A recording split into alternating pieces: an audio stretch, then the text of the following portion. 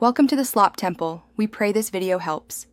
You begin by confirming the essentials so nothing blocks progress.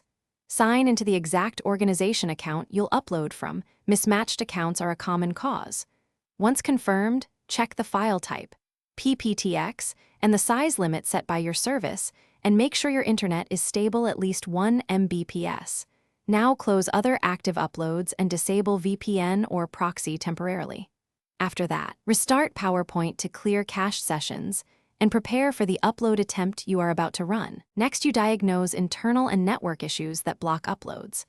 Look inside the deck for embedded videos, high-res images, or linked spreadsheets. These often exceed server limits.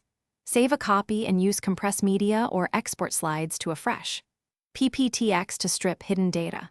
Once done, test the upload in a web browser and, if needed, switch to another network or use a private browsing window to rule out cached auth errors. These steps isolate whether the problem is the file, app, or network.